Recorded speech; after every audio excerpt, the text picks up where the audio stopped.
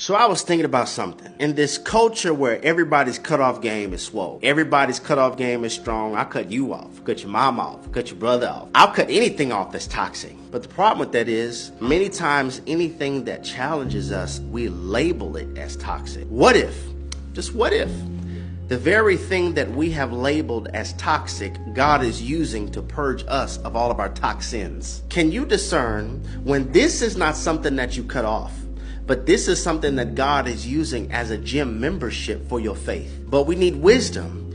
We need wisdom so we won't confuse what God is using to train you with what you're choosing to tolerate. See, and if we're not careful, we'll have our cutoff game be so strong that we'll allow our feelings to hand us scissors, and we'll end up cutting connections that God was using to upgrade you. Your feelings will hand you scissors. Do you walk around with the scissors of sensitivity or the sword of the Spirit? Because one thing I have learned from administering counsel to people is a lot of times we walk around with mental templates and mental ideas.